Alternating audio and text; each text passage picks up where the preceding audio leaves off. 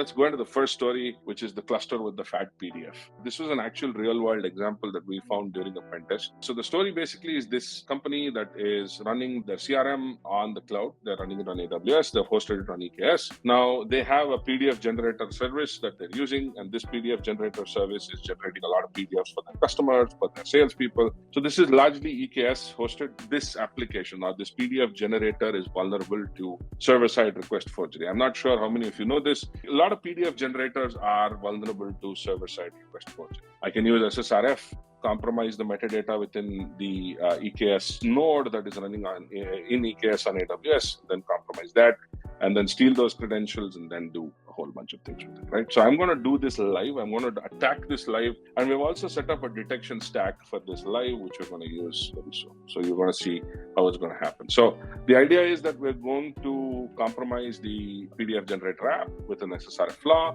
We're going to compromise the container and read credentials from the node. So the idea here is to leverage the compromised credentials to load a Trojanized container in the container registry, and we're going to poison the entire container registry. That's the attack. I've also enabled a lot of the detection capabilities, so hopefully it detects everything and it detects the attack that has happened, right? So that is what we're doing, and in many cases it'll auto-contain it.